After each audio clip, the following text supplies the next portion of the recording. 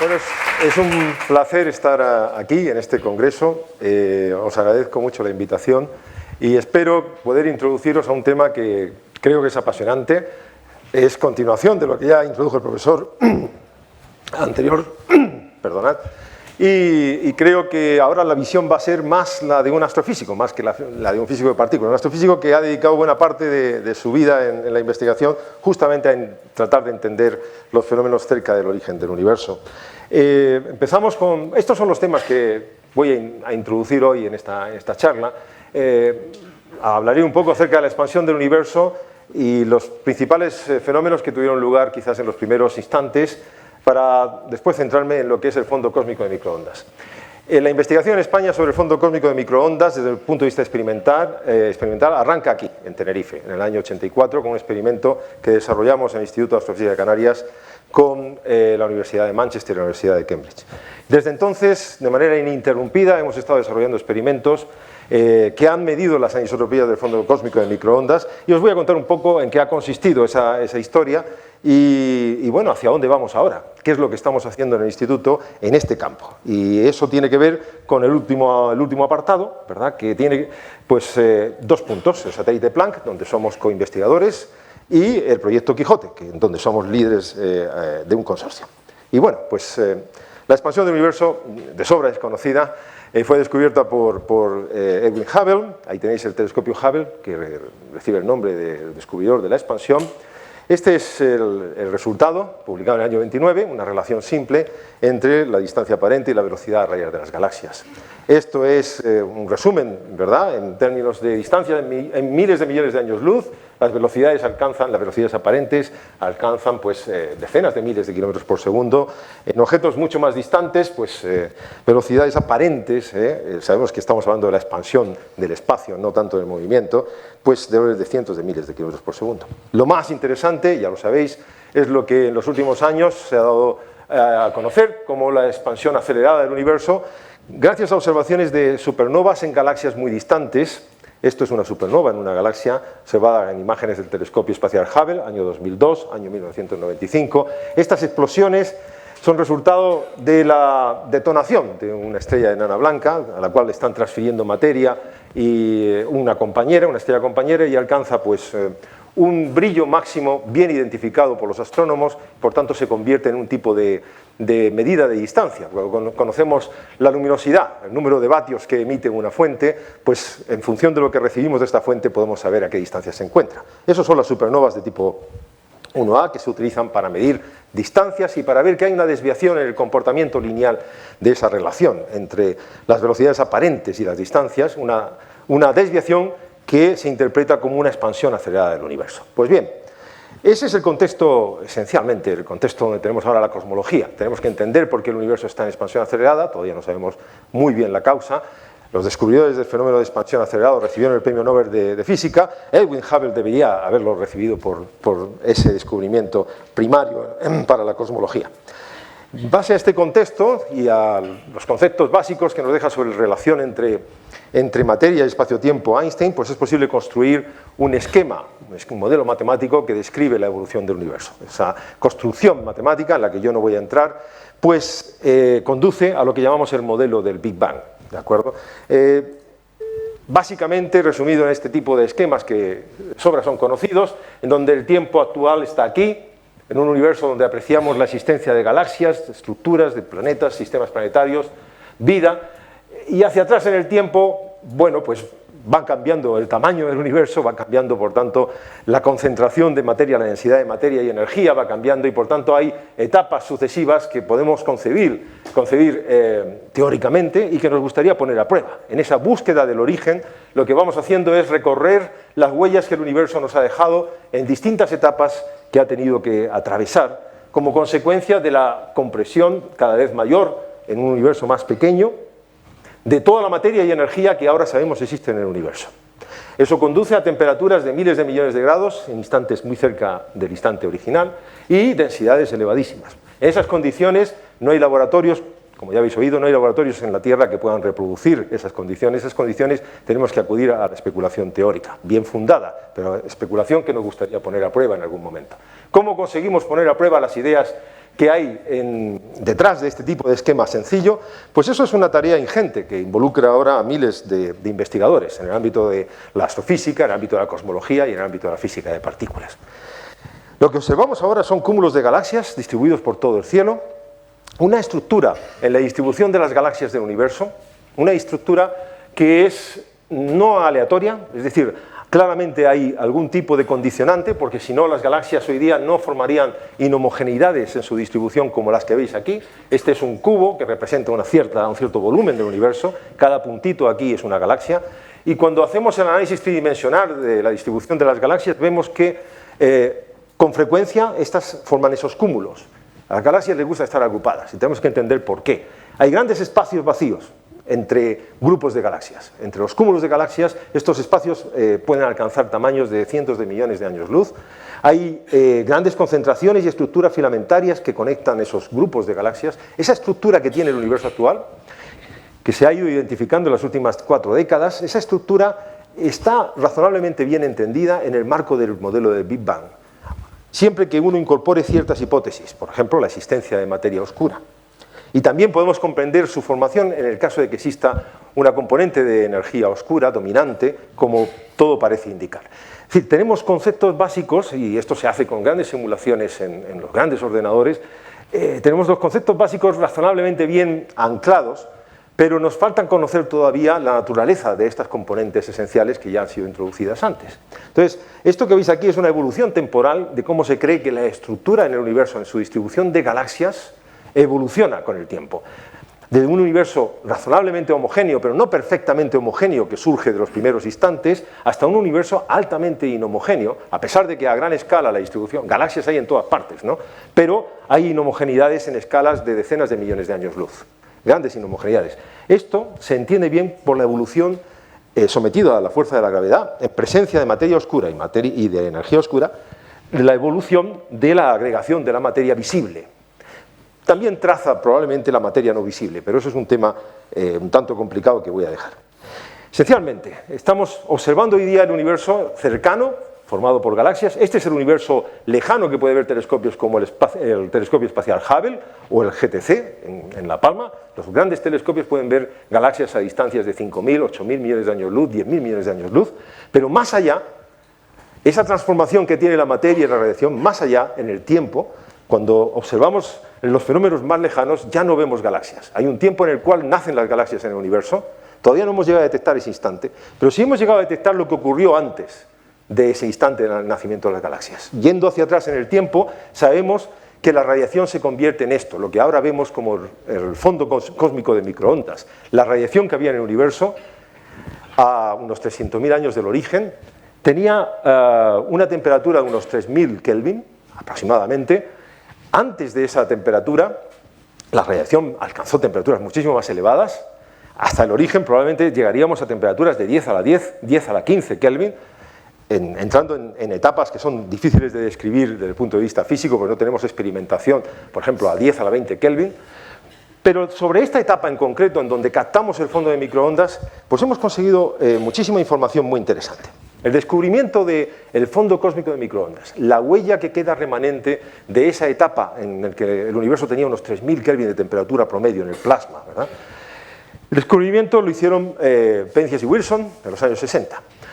Después se ha trabajado mucho en las propiedades de esta radiación.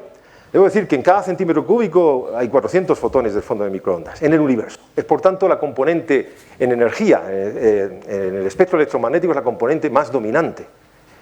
Toda la luz de todas las estrellas, toda la luz de todas las galaxias no contribuye tanta energía en forma de radiación como el fondo cósmico de microondas a escala global en el universo. Por eso es tan importante, porque es una componente esencial, por esa razón.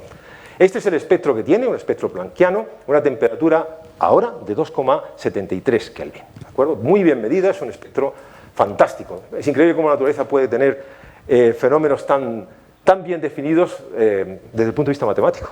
porque esto es una curva de Planck y, por tanto, bueno, pues las desviaciones experimentales sobre lo que es la curva teórica son minúsculas. Estamos hablando de que yo creo que el laboratorio no se ha conseguido reproducir ningún fenómeno de equilibrio estadístico tan preciso como el que se ha medido en el fondo cósmico de microondas. ¿Qué significa eso? Que la materia y la radiación en algún momento en la historia del universo estuvo en un equilibrio perfecto. Ese momento es cuando efectivamente la materia está totalmente ionizada, las interacciones entre los fotones y los electrones básicamente son puro scattering y eso termaliza rápidamente todo y provoca un espectro absolutamente planckiano. No hemos encontrado todavía desviaciones del espectro planckiano, aunque hay algunas predichas, sobre todo en ciertos rangos de frecuencia, de observación del fondo de microondas, que son muy interesantes y que algún día seguramente se descubrirán. Bueno, esta historia térmica que he contado de manera así acelerada, bueno, pues recoge, ahora hemos girado el diagrama, ¿verdad? Este es un diagrama que hice hace ya muchísimo tiempo, pero tengo cariño. Aquí tenemos los fenómenos muy cerca del origen y de nuevo aquí tenemos el tiempo actual, ¿no? ¿Qué hemos podido confirmar? ¿Qué huellas hemos podido en esa búsqueda del origen hemos podido confirmar en el universo? Bueno, pues aparte de la existencia del fondo cósmico de microondas, que realmente se libera y se propaga por el universo libremente una vez que la materia se enfría por debajo de los 3000 Kelvin, en donde ya el átomo de hidrógeno se forma, deja de estar ionizado y por tanto el scattering al que me refería cae rápidamente y los fotones se propagan con muy poca interacción ya con la materia a lo largo de la historia del universo, pues eso ocurre aquí. Antes están los famosos fenómenos de nucleosíntesis en el Big Bang, a los 100 segundos aproximadamente, ya tienes núcleos formados, o formándose, núcleos elementales. Estamos hablando de helio, estamos hablando de hidrógeno, estamos hablando de los isótopos del hidrógeno, del deuterio, del tritio. Todo esto se forma en esta etapa. Y de esto nos han quedado huellas muy claras en el universo que hemos trazado, pues gracias a observaciones astronómicas muy variadas.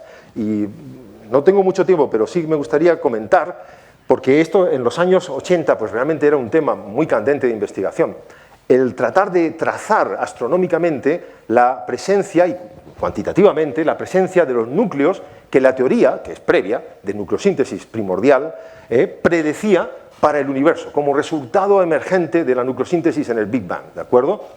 Pues esos núcleos que están aquí, el helio 4, el deuterio, el helio 3, el litio 7, estaban predichos en los años 60, después refinados en los 70, y han sido estas curvas que veis aquí, son curvas de predicción de densidad de núcleos en el universo, en relación al número de núcleos de hidrógeno, siempre en términos relativos al número de núcleos de hidrógeno. Pues bien, estas predicciones, que dependen de un parámetro eta, pero también dependen de este, y prefiero llamar la atención sobre este, dependen de la densidad de materia normal en el universo. Cualquiera que sea la materia normal en el universo, perdonad, cualquiera que sea la materia normal en el universo, pues tiene una densidad, y estas predicciones dependen de esa densidad. Pues bien, esta franja azul indica el rango en donde las observaciones astronómicas coinciden con las predicciones, y por tanto determinaba una densidad en los años 80 que está expresada aquí con respecto a lo que llamamos densidad crítica, la densidad necesaria para que el universo tenga una expansión indefinida, ¿de acuerdo? Finalmente muy lenta, pero indefinida. Y nos decía que la densidad de materia era solo el 2% de lo que se necesitaría para que el universo estuviese en esa expansión indefinida. O sea que había muy poca densidad de materia ordinaria. Esto era lo que nos decía. Por supuesto, todos queríamos confirmar esto de alguna otra manera alternativa, en aquella época, que era la época en la que yo hacía mi tesis aquí, en esta universidad, justamente midiendo en estrellas la abundancia de núcleos de litio, ¿de acuerdo? Entonces acababan de descubrir los franceses, un equipo francés, y nosotros aquí empezamos a trabajar con ello, y confirmamos plenamente que efectivamente era aquí donde estaba la abundancia de las estrellas más antiguas de la galaxia, la abundancia de litio. Todavía hay alguna controversia al respecto, pero este diagrama es quizás uno de los más importantes de la cosmología, digamos, de los primeros instantes. Lo que ocurre es que nosotros no nos queremos quedar aquí, en la etapa de la nucleosíntesis. Queremos ir más atrás, queremos encontrar pruebas de la transición quark-hadrón, el confinamiento de todos los quarks en hadrones. Queremos encontrar pruebas, si es posible, de las etapas previas a esa fase en donde el universo tenía esencialmente una sopa primordial de quarks, electrones, neutrinos y partículas y fotones. Queremos llegar a esta etapa que llamamos la inflación. Y esta charla va un poco del esfuerzo que se está haciendo para entender qué pudo ocurrir justamente en esta etapa. Me voy a saltar esto y me voy a centrar en esta parte de aquí, en lo que sigue. Pero es un camino un poco largo y, bueno, vamos a ver. Esta etapa es especialmente interesante por varias razones. Una, porque las energías involucradas, estamos muy cerca del origen, 10 a la menos 35 segundos. Las energías involucradas son enormes, enormes. Estamos hablando de muchos órdenes de magnitud por encima de lo que el LHC puede hacer ahora. Por tanto, estamos hablando de poner a prueba algunos conceptos que hoy día la física la tiene en papel, pero no en experimentos.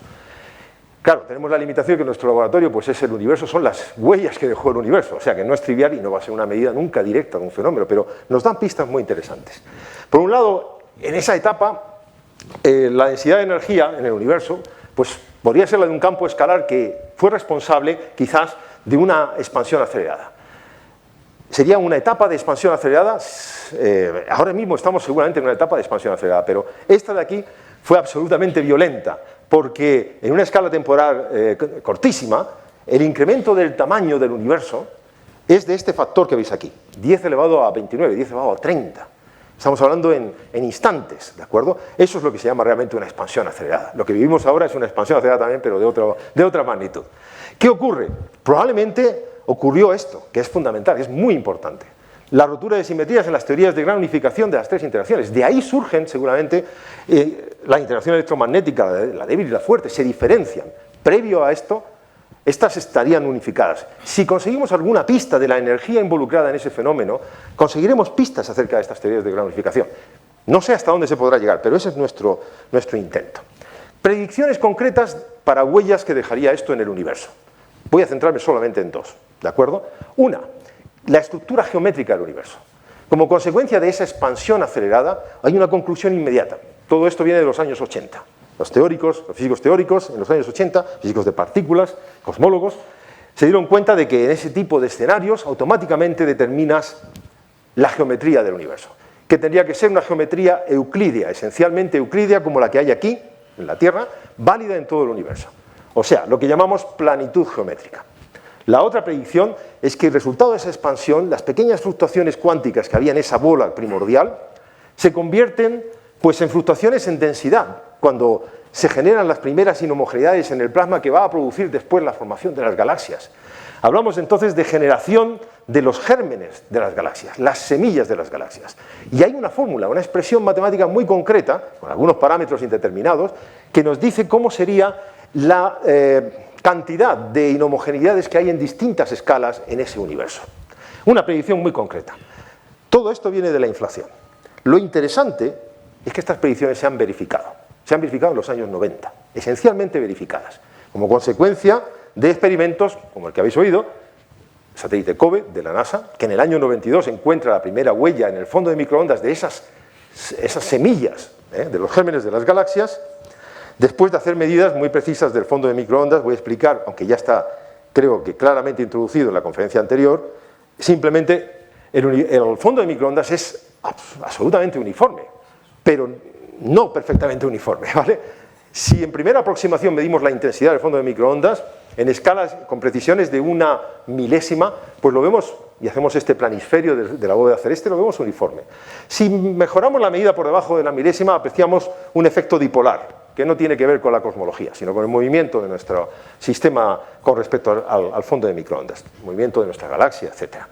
Si mejoramos la calidad de las medidas y la precisión alcanza las 100 milésimas, entonces empezamos a ver que ya no es tan uniforme y empezamos a detectar con claridad una emisión en la zona del plano de nuestra galaxia emite microondas y es esta mancha roja que desaparece en los mapas que veis porque es sustraída con las mejores técnicas que podemos de esos mapas que son famosos y nos quedan después fuera del plano de la galaxia un conjunto de manchas que son esos gérmenes, esos son la huella en el fondo de microondas de esas semillas de la formación de las primeras galaxias, de todo lo que es la estructura esencialmente del universo.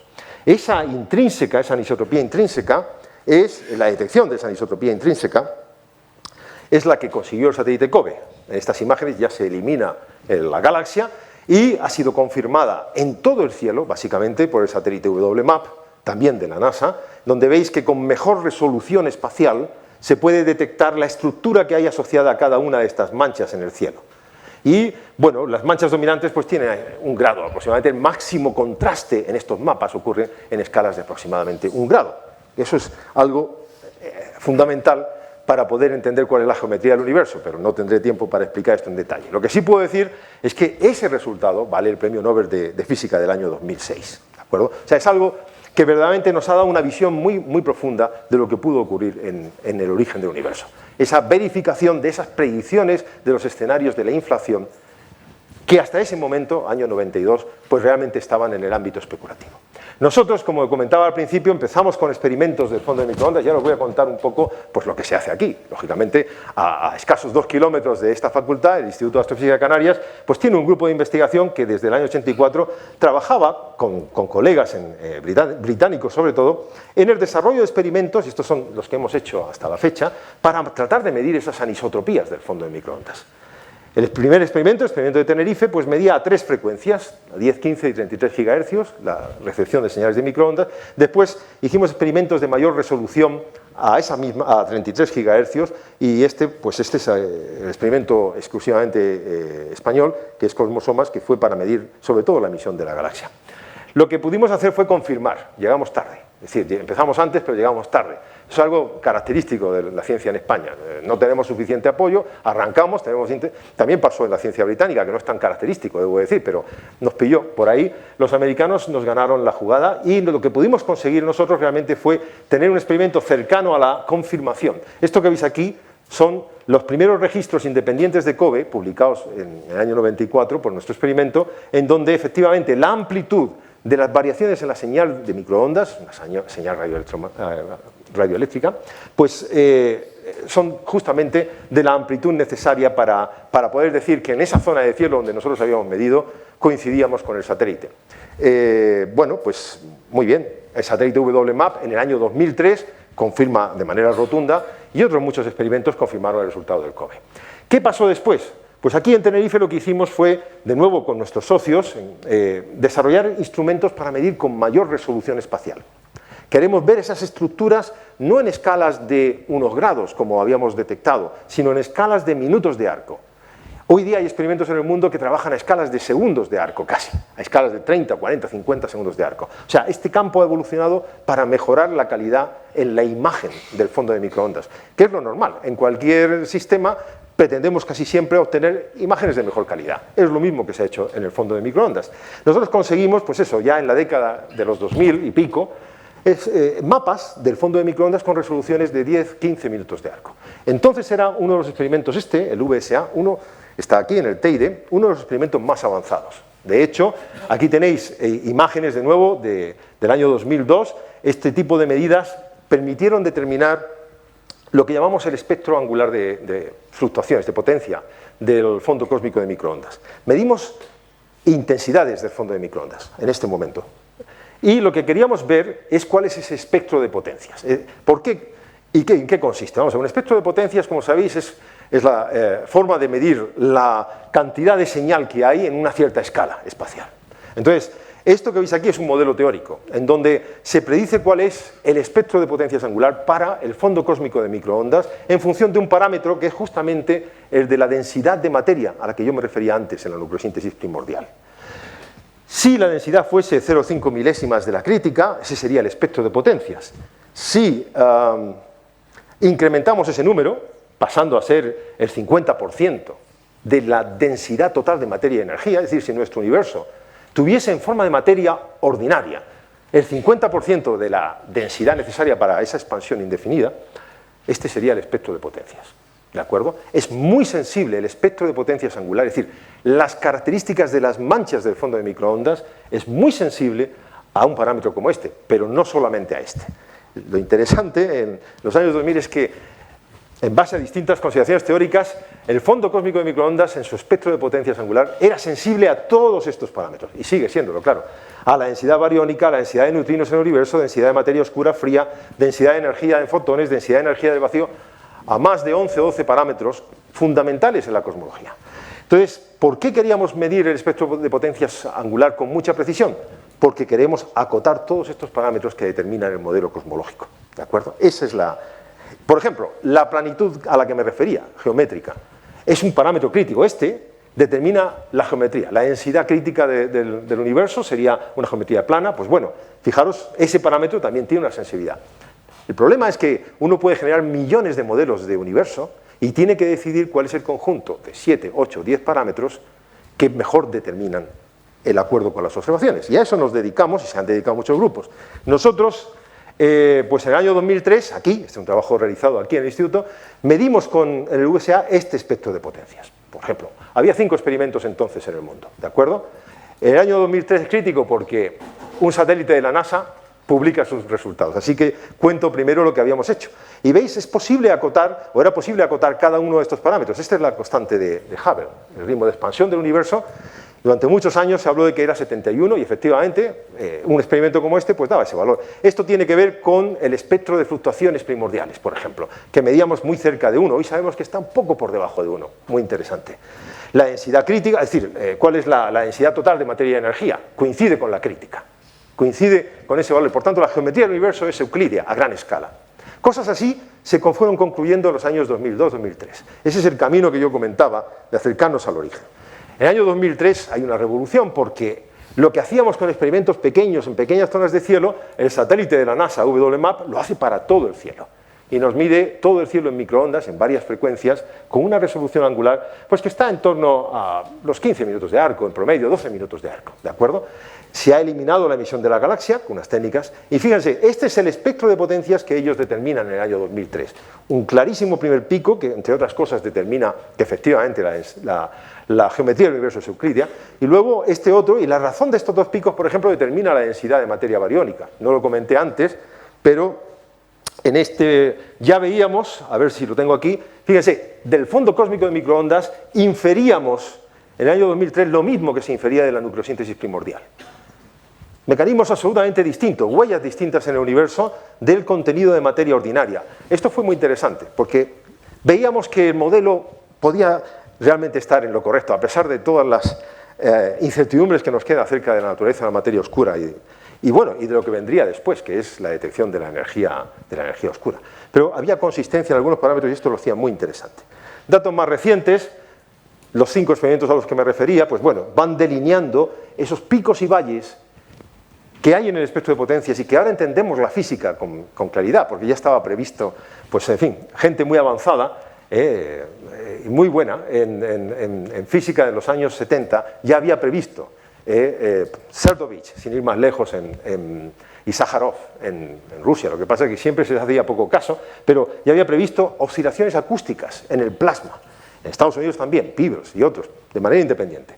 Oscilaciones acústicas en el plasma primordial, en la etapa del desacoplamiento entre la materia y la radiación, como consecuencia de fenómenos previos, conducían a este tipo de fenómenos, como consecuencia también, ya como digo, de lo que pasaba en la inflación. En fin, cosas muy interesantes que hemos ido confirmando y que nos han permitido, de alguna manera, acotar lo que hay en el universo.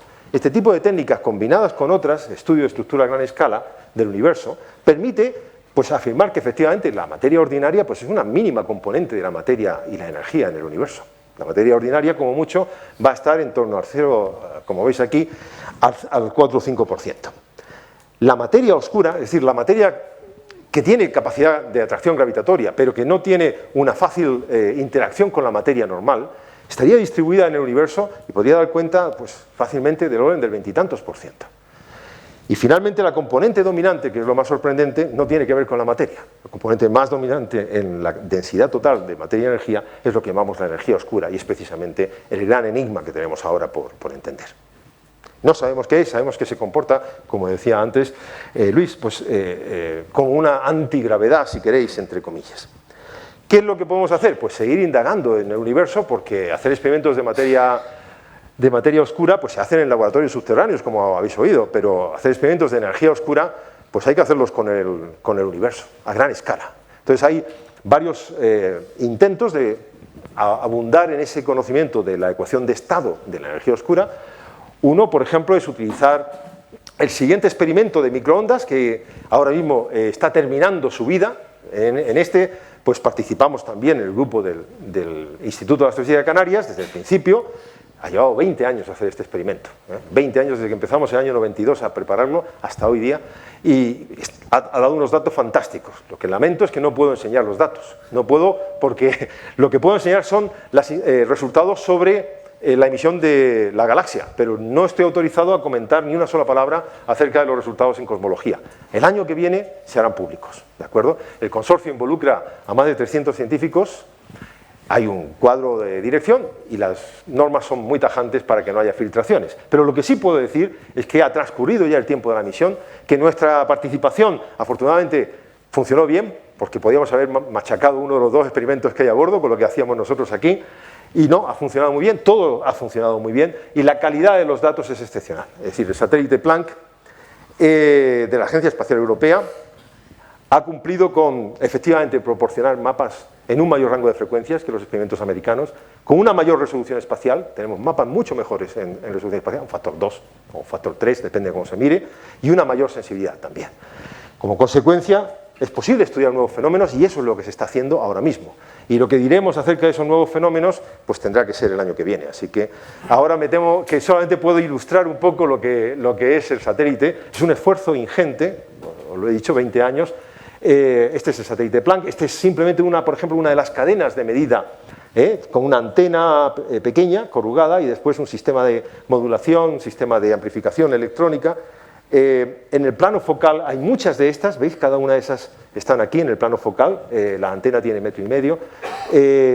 Aquí se acumulan todos los receptores, están aquí detrás, que están enfriados a muy baja temperatura para mejorar su sensibilidad, y la escala de cada una de estas bocinas básicamente viene determinada por la longitud de onda de la observación, ¿de acuerdo? Cada conjunto de bocinas análogas toma datos en una determinada frecuencia, son escalables, y estas, por ejemplo, pues son las del instrumento de baja frecuencia, y luego esto es el instrumento de alta frecuencia. De los 2 instrumentos que comentaba, uno low frequency, aquí high frequency. Nuestro grupo participaba en en el de low frequency. España participa en los 2, ¿de acuerdo? Hay otros 2 grupos, uno en Cantabria y el otro en Granada, muy pequeñitos de Granada.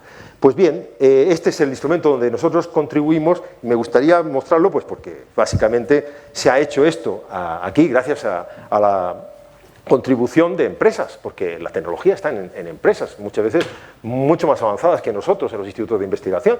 Entonces hicimos todos estos diseños de intercambiadores de fase y también pues de los híbridos de los radiómetros y sobre todo esto, la caja de control electrónico de todo el instrumento de baja frecuencia. Y bueno, pues todo eso, aparte, eso sí se hizo aquí en el instituto, el desarrollo de todo el software de control. Los ingenieros del instituto hicieron una labor estupenda en eso. Una serie de proyectos y este tipo de cosas son las que se construyen, se ponen a bordo. Estas son las tarjetas que se fueron construyendo, muchas de ellas para ese control. Y todo eso para medir el espectro angular de potencias, no ya en este rango que está bien conocido, sino en este rango de alta resolución espacial, multipolos, en un desarrollo de armónicos, multipolos de orden muy alto, medirlo con esa precisión que veis aquí. Esto no son datos reales, esto es la simulación, no puedo enseñar, pero no se distingue mucho, los datos reales no se alejan mucho de eso, ¿vale? Sí, hasta aquí he llegado, ¿vale? Este es el resumen de esas huellas. Digamos, este es el estado actual de la materia.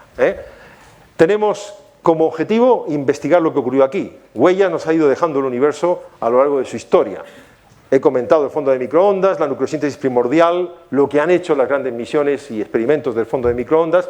Hemos entendido la planitud geométrica y las características básicas de las fluctuaciones emergentes de la inflación. Tenemos un escenario donde la materia oscura y la energía oscura todavía no están comprendidos, pero bueno, este es el progreso, este es el resumen de lo que hemos hablado. Pero hay otra gran predicción, y a esa me voy a centrar ahora en los minutos que quedan de esta charla. Hay otra gran predicción que está en el aire y que nos gustaría verificar. Tiene que ver con la producción de ondas gravitacionales en el Big Bang. Este es el nuevo desafío, este es uno de los nuevos desafíos, hay muchos en la astrofísica y en la cosmología. Este es uno de los que vamos a intentar abordar aquí. Y claro, intentar abordar esto aquí pues es complicado, pero bueno, ahora os contaré. ¿En qué consisten las ondas gravitacionales para los que no tengan una aproximación muy cercana a ellas? Bueno, sabéis que en la teoría general de la relatividad pues hay la clara aseveración de que la materia distorsiona el espacio-tiempo. Bueno, se generan ondas gravitacionales. ¿Qué significaría que una onda gravitacional pasara por aquí? Pues que si nosotros estamos quietos y pasa una buena onda gravitacional, pues nos podemos acercar todos sin que nos movamos o nos podemos alejar todos. Básicamente, para que nos entendamos, estamos hablando de un fenómeno que podría barrer esto si, por ejemplo, detonase a 2 parsecs una supernova. Afortunadamente a 2 parsecs no hay ninguna estrella que pueda detonar de esa manera, pero si detonase probablemente las ondas asociadas por el cambio en la distribución de la materia. Una detonación de una supernova implica que la materia es expelida en pocos instantes de tiempo y se redistribuye en esa región del espacio de una manera radical. Cualquier redistribución de materia en una cierta zona del espacio provoca, de acuerdo a la teoría, ondas gravitacionales. Al pasar por aquí las detectaríamos. Lógicamente, si tuviésemos detectores adecuados, si es tan brutal, seguramente podríamos vernos afectados nosotros también. Pero bueno, fenómenos que pueden producir ondas gravitacionales son muchos. Experimentos van desde la coalescencia de estrellas de neutrones para producir un agujero negro, de las explosiones de supernovas, la fusión de agujeros negros, si ocurre, infinidad, el simple movimiento acelerado de una estrella alrededor de un agujero negro, todo esto podría producir ondas gravitacionales y hay experimentos previstos para detectarlas de muy alto nivel. En la Agencia Espacial Europea, LISA, por ejemplo, hay propuestas para poder detectar estas ondas gravitacionales, pero hoy por hoy todavía no han sido detectadas de manera directa.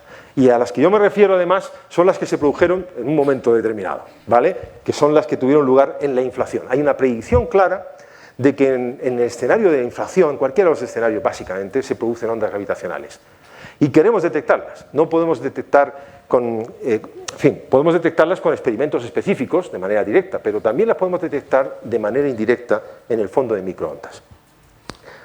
Por comentar un poquito más sobre las ondas gravitacionales, de lo que se sabe seguro, por ejemplo, es que cuando 2 estrellas de neutrones están girando rápidamente una alrededor de otra, se produce un procedimiento de acercamiento, fue detectado en el pulsar binario con el radiotelescopio de Arecibo, predicho claramente por la teoría general de la relatividad, en que esa aproximación va cambiando el periodo orbital y como los púlsares tienen una precisión, permiten precisiones extraordinarias, ¿no? Porque los pulsos son de una estabilidad increíble. Una estrella de neutrones es un pulsar cuando resulta que su emisión encaja bien con nuestra línea de visión, ¿de acuerdo? Y los pulsos pueden ser en escalas de milisegundos, ¿de acuerdo? Pues bien, son muy, muy estables. Lo que han podido hacer estudiando varios de estos sistemas, pero en primer lugar lo hicieron Halsey y Taylor, recibieron el Nobel de Física también por esto, ellos han seguido ese primer pulsar y han visto que hay un cambio en el periodo como consecuencia probablemente de la pérdida de energía por emisión de ondas gravitacionales. Bueno, esa es la prueba, así quizás más rotunda, de la existencia de ondas gravitacionales, pero las del Big Bang, ¿cómo las podríamos medir? Bueno, pues quizás las podríamos medir a través de la polarización que causan en el fondo cósmico de microondas. Hasta ahora todo lo que he hablado del fondo de microondas tiene que ver con la intensidad de una onda electromagnética, pero sabéis que la caracterización de una onda electromagnética se hace plena con los 4 parámetros de Stokes. La polarización, esto desgraciadamente, los teóricos se dieron cuenta de esto a finales de los 90, cuando era ya demasiado tarde para cambiar la configuración del satélite Planck y poder tratar de medir ese efecto de polarización bien. De forma que Planck podrá hacer medidas. WMAP, en el otro satélite, las ha intentado también, pero vais a ver la magnitud del desafío. Esto que hay aquí es el espectro de potencias al que me he estado refiriendo en intensidad, en la temperatura del fondo de microondas o intensidad del fondo de microondas. Es al nivel de unas 80. Aquí estas fluctuaciones son del orden de 80 microkelvin. Medimos estas intensidades en términos de temperatura, ¿vale? Del orden de una parte en 100.000, vamos a decir, ¿vale? Las que se predicen para polarización, esto costó 30 años después del descubrimiento el poder medirlo. Las que se predicen para las fluctuaciones en la polarización, espectro de potencias, por tanto fluctuaciones espaciales, son de 2 tipos. Lo que llamamos modos E, que ya están medidos, afortunadamente, están al nivel de unos cuantos microkelvin, o sea, un factor 10 por debajo, en amplitud. Pero las que tienen que ver con la polarización asociada a las ondas gravitacionales, que llamamos modos B, esos están en este dominio. Y ese dominio es otro orden de magnitud por debajo. Estaríamos hablando de medidas que tienen que alcanzar precisiones de 0,1 microkelvin. O sea, mejorar un factor mínimo, un factor 100 para llegar a esta zona. Un factor 1000, el tipo de medidas para llegar a esta otra. Es un desafío enorme. ¿Qué es lo que está en juego? Poner restricciones, por ejemplo, a la energía asociada al fenómeno de inflación. Y de ahí inferir restricciones, por ejemplo, sobre teorías de gran unificación. O sea, lo que está en juego es importante. Así que merece la pena el esfuerzo. Lo que hasta ahora tenemos es un satélite como WMAP que ha producido mapas del parámetro de Stokes-Q, también del U, pero son mapas que están muy lejos de poder determinar los modos B. ha podido medir los que llamamos modos E, esta parte de aquí. Ya sabemos que ahí efectivamente hay modos E, pero no son la clave. Estos modos E no son generados por ondas gravitacionales.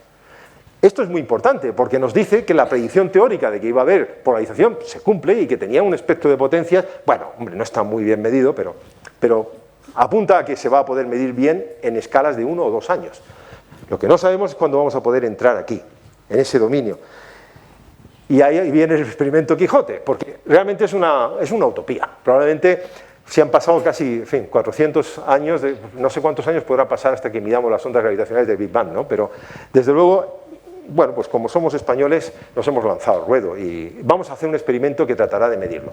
No sabemos hasta dónde va a llegar, pero el Instituto de Astrofísica de Canarias, y con el apoyo, debo decir, del gobierno, a través de un programa Consolider, pues nos están apoyando para construir estos 2 telescopios que van a dedicarse exclusivamente desde el Observatorio del Teide para tratar de medir la polarización del fondo cósmico de microondas y alcanzar al menos la parte alta de esos modos B en el espectro de potencias. No digo que podamos entrar muy adentro, pero sí llegar ahí.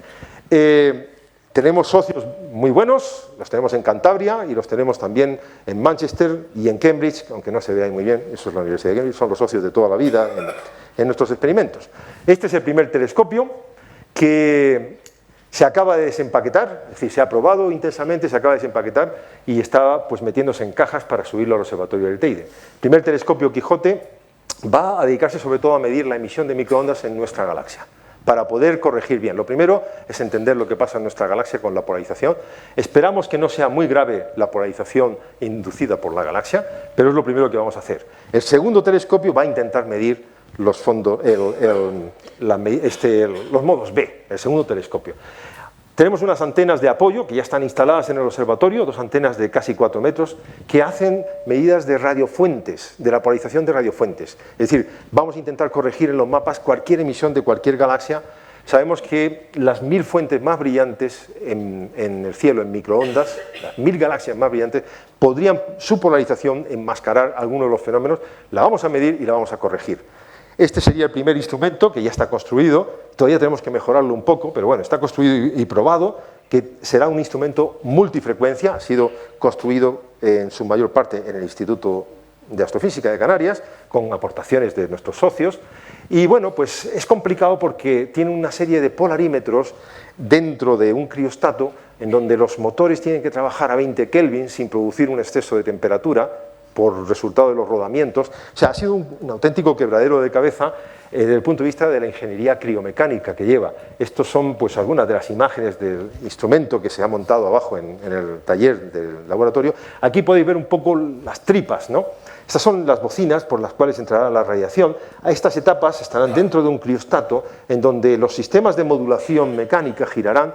En principio estaban diseñados para poder llegar a girar a 10 vueltas por segundo. No lo vamos a hacer así porque no aguantan 2000 horas de observación a ese ritmo. No hemos conseguido materiales que al precio que podemos pagar soporten un desgaste adecuado y por tanto tendremos que funcionar con giros discretos, no continuos y por tanto no tan rápido, y medir la polarización un poquito peor de lo que pensábamos inicialmente. Pero bueno, todo este sistema, como digo, está enfriado a unos 20 Kelvin, que es la temperatura que necesitan los amplificadores de microondas, que son basados en transistores electrónicos de alta movilidad, para conseguir una amplificación con muy poco ruido, ¿de acuerdo?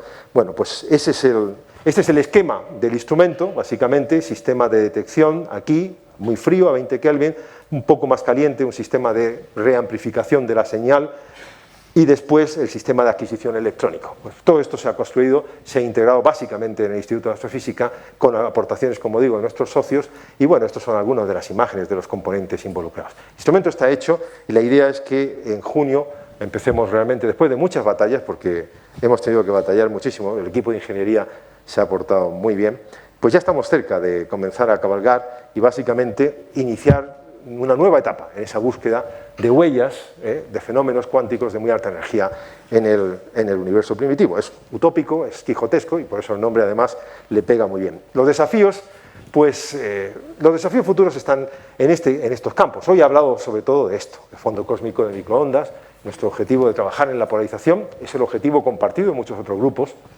seguir trabajando en supernovas en galaxias muy distantes y en esto otro, en la evolución temporal de la estructura del universo. Eso le corresponde a otra misión que anuncio, que se llama Euclid y que ha sido aprobada recientemente por la Agencia Espacial Europea, en la que también estamos involucrados en el Instituto, y que en teoría va a hacer un mapa de cómo ha sido la evolución de la estructura del universo en las etapas donde la densidad de energía asociada a la energía oscura es importante. Y todo esto junto quizás nos pueda dar alguna visión nueva de algunas leyes de la física que nos quedan todavía por esclarecer. Muchas gracias.